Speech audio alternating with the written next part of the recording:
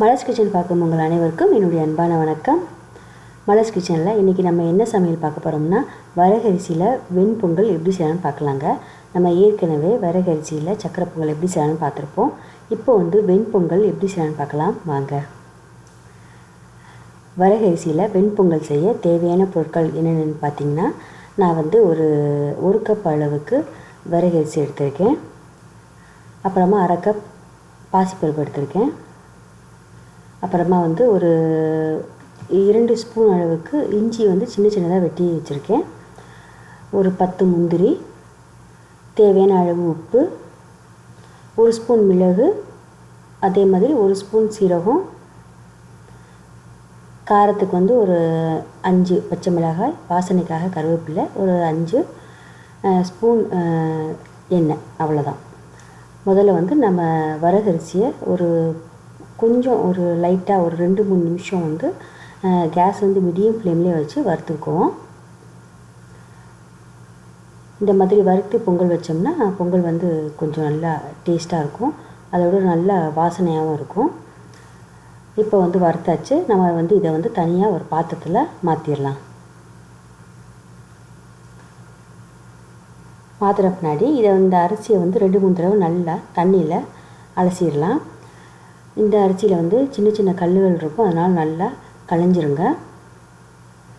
அப்புறமா இந்த தண்ணியை ஊற்றிட்டு நான் ஒரு கப் அளவுக்கு தண்ணி ஊற்றி ஒரு 20 நிமிஷம் நல்லா ஊற வைக்க போகிறேன். அடுத்ததாக அதே பேனில் நம்ம எடுத்து வச்சுருக்க பாசிப்பருப்பை சேர்த்து நம்ம இதை ஒரு 2-3 நிமிஷம் கொஞ்சம் வாசனை வர்ற வரைக்கும் நம்ம இதை வறுத்து விட்டுக்கலாம். இதுவும் வறுத்தாச்சு.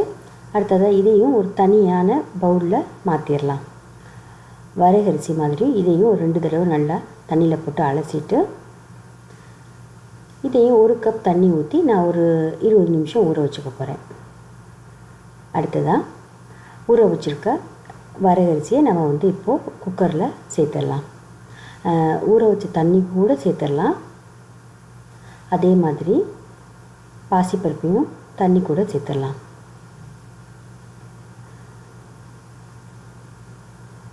ஏற்கனவே நம்ம வரகரிசி ஒரு கப் தண்ணி ஊற்றி ஊற வச்சுருக்கோம். அதே மாதிரி பாசிப்பருப்பையும் ஒரு கப் தண்ணி ஊற்றி ஊற வச்சுருக்கோம்.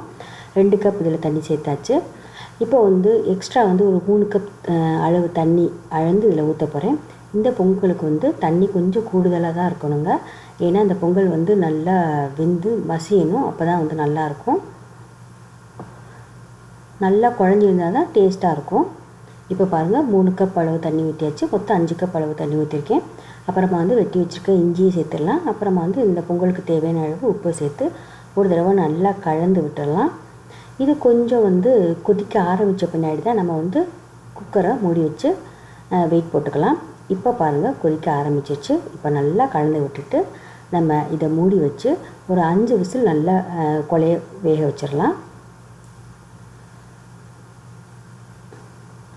இப்போ பாருங்கள், 5 விசில் வந்துருச்சு. ப்ரெஷர் நல்லா போயிடுச்சு. அடுத்ததாக நம்ம இப்போ குக்கர் மூடியை ஓப்பன் பண்ணி பார்ப்போம்.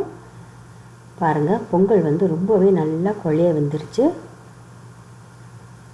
இதை நல்லா கலந்து விட்டுக்கலாம். பாருங்கள், இந்த மாதிரி நல்லா வெந்திருக்கணும், அப்போ தான் நல்லாயிருக்கும். அடுத்ததாக நம்ம இதில் தாளித்து ஊற்றலாம். அதுக்கு பேனில் ஒரு 5 ஸ்பூன் அளவுக்கு எண்ணெய் ஊற்றி நல்லா சூட் பண்ணிடலாம். எண்ணெய் கொஞ்சம் சூடான பின்னாடி இதில் சீரகத்தை சேர்த்து கொஞ்சம் வாசனை வர்ற வரைக்கும் வெடிக்க விட்டுடலாம். அப்புறமா மிளகு சேர்த்துக்கலாம். அப்புறமா நம்ம எடுத்து வச்சுருக்க முந்திரியில் இதில் சேர்த்துடலாம். அதே மாதிரி பச்சை மிளகாய் சேர்த்துக்கலாம். வாசனைக்கு கருவேப்பிலை சேர்த்து இதை நல்லா அந்த எண்ணெயில் போட்டு வறுத்து விட்டுக்கலாம். முந்திரி கொஞ்சம் பொன்னிறமாக வர்ற வரைக்கும் நம்ம கேஸை மீடியம் ஃப்ளேமில் வச்சு இதை வறுத்து விட்டுக்கலாம். இது நல்லா வறுப்பட்ட பின்னாடி இதை நம்ம எடுத்து பொங்கலில் சேர்த்து கலந்துடலாம்.